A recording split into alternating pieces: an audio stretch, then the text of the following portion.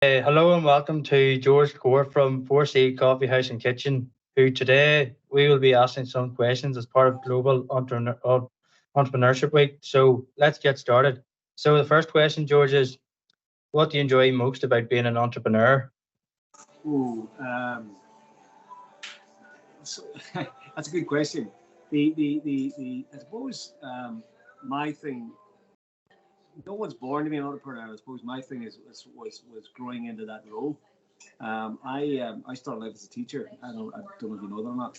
And I lasted 6 weeks in teaching, and I thought, okay, right, fine. What is the story with this? And it was doing the same thing every day, and I thought to myself, I'm not going to do this for the rest of my life. So the entrepreneur thing is, I suppose, has allowed me, or the business end of it is to see, because I own a company called Financial Facility Partners as well. So I started doing financial restructuring. I still do that. So not doing the same thing every day is the big part of this, because even with 4C, you meet different people every single day of the week. There's problems, and there's great things happening every day of the week. So yes, that's the best thing about it. And of course you've got your own boss, and you're supposed to the last line of defense. So that's sort of I like that as well. What do you find most challenging about being an entrepreneur? The difference with me with Financial Facility Partners and 4C is probably where I'm at with this one. Financial Facility Partners had 3 staff, 4C have 26 staff. So the challenging thing is making sure that your staff are happy, making sure that you everything you do, you're doing it right, and making sure that you're getting the best and giving the best back to your staff, and also then the customer base. Joe Public is a tough customer in the sense that you've got to make sure that these guys and everybody that comes in this place gets the best possible service, and that's important. And so that's the challenge in that, making sure you're doing that every single day. So yeah, that can be fun at times. What have been your most significant failures, and what did you learn from them? Oh, there's been loads. I was fortunate to on a sports field to play a basketball for Ireland.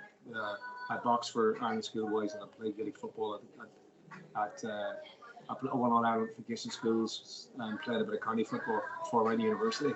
So I suppose my thing was, my father died when I was 13, and he was what old? My dad was 40, and the other family was 7.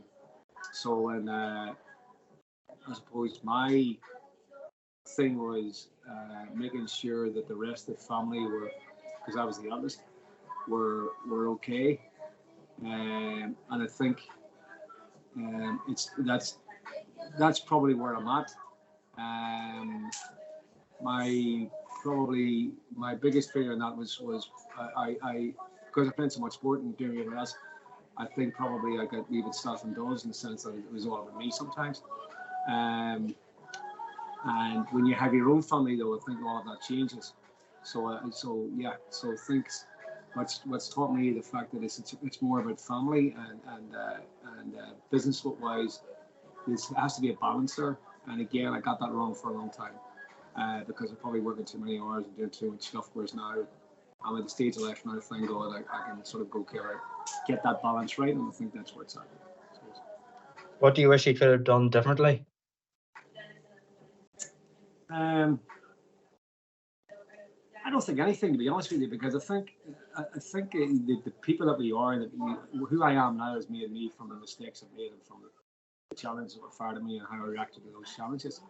And I had 86 fights in boxing. I was beaten 4 times. I couldn't name 5 of the guys that I beat, but I could name you all 4 that beat me. And so I suppose that comes into there too. So I suppose so as I say, the failures is where I learned things, and I suppose if I hadn't had those failures, I probably wouldn't have. I wouldn't be where I'm at now. What makes an entrepreneur successful? Ooh.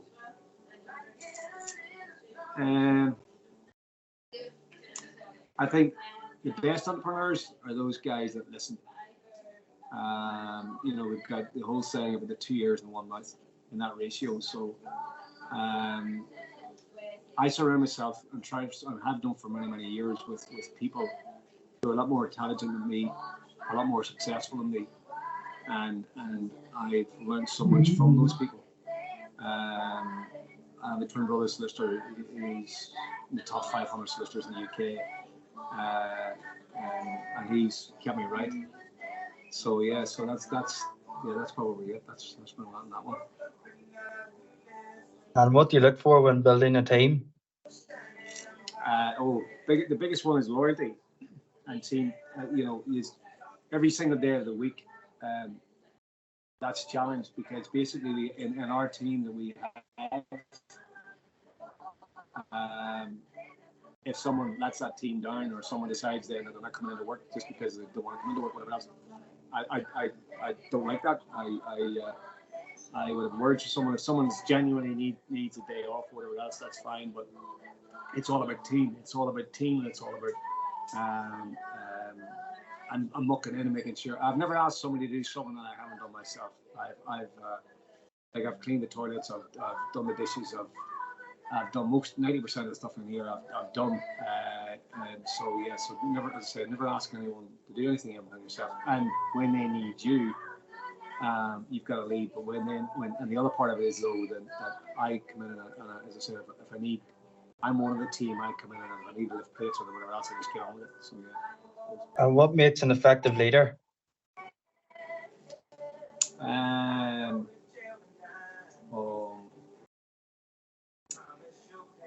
Someone who's going to lead from the front is the fact that we have Sean here who's brilliant because he leads from the front. He gets on with it. He's not phased. And again, same principle. He'll not do something that he hasn't done himself. And if wherever he needs to go, he'll do that. But it's and I suppose in sports terms, it's pride in the shirt. And if you've no pride in the shirt, then then if people are just in it for their own financial gains, then it's not going to work either. So they have to believe in what the objective is, and if they don't believe in that, then it's not going to work. What advice would you give to someone just starting a business? Do your research. Look at the competition. Look at the demographic. Work out what the return of investment is. Work out what they need to put into it. But the big thing is realizing that you need to have a plan B in the sense that it's going to take at least 6 months minimum to 2 years, which is more realistic, to get a return. So I was very fortunate here. I've got 2 companies that so basically everything here was looked after itself, but certainly you need that financial support. And the last thing is choose your team very, very well in the sense that you know where you're going. And the last one, I suppose, would be be there and be part of it and be seen to be part of it. And if you do that, then you get the respect of your team as well. What do you consider non-negotiable in your business? Lies. I don't like untold lies. Lies is the main one. People using any business I've had in the past as a stopgap, and people are not loyal to the business or to their fellow employees. So that's a no for me. How do you manage feelings of doubt? I suppose what we need to do, you need to get the source of the doubt. What is the doubt? And again, is listening, is ask the question, but listen to the answer. You know, if there's a doubt there's grounds for that doubt. And it's not a reassurance thing. It's a case of going, okay, because when that doubt is put forward to me, then I ask that question to myself. And I suppose my whole thing is empathy and making sure that reassuring not only that person but reassuring me that there's no grounds for the doubt, and if there is some grounds for the doubt, then we address it. Any advice you would like to add for any entrepreneurs out there Absolutely, go for it. just go for it. You know what I mean? At the end of the day, go for it. Just but make sure that the big thing here is that I'd say to people on the pod said to me when I way back, I was thinking about a couple of things I was going to invest money into.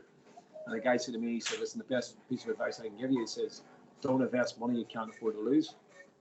And I think that's massive, you know what I mean? Because the fact is that you've got to realize that it's all about opportunity cost, and it's the cost of what that opportunity is going to bring you in. But the big thing for me is the fact that is what's going to, if it fails, what that cost is a failure. And so you've those two things going on, just in there that need to be looked at. But certainly if you've done your homework and you've done all of your business plan and you've looked at the numbers and you've looked at everything else that should be in place, then definitely go for it. So we're asking each interviewee to answer a question left them by the previous person, and then asking them to choose a question for the next person.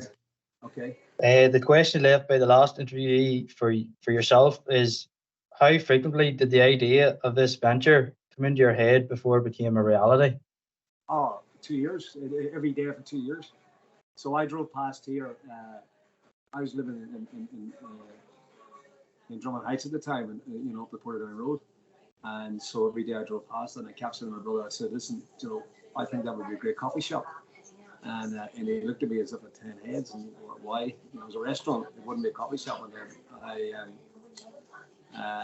so I decided I was going to find a wee bit more about it. So it took me then 6 months to get the deal done. And then I finally got the deal done. And but when we walked into it, it was just a complete shell. So it was a bit weird because my first quote, I had 4 quotes. My first quote and after the fourth quote, because we kept going because obviously it's an old building and it needed so much work. So, but yeah, so it took me. It was every day for 2 years, and every day since I've been thinking about this place. I wake up thinking about it. I go to bed thinking about it, and I wake up in the middle of the night thinking about it. So, but which listen, it's not all bad. It's all good, but it's consuming.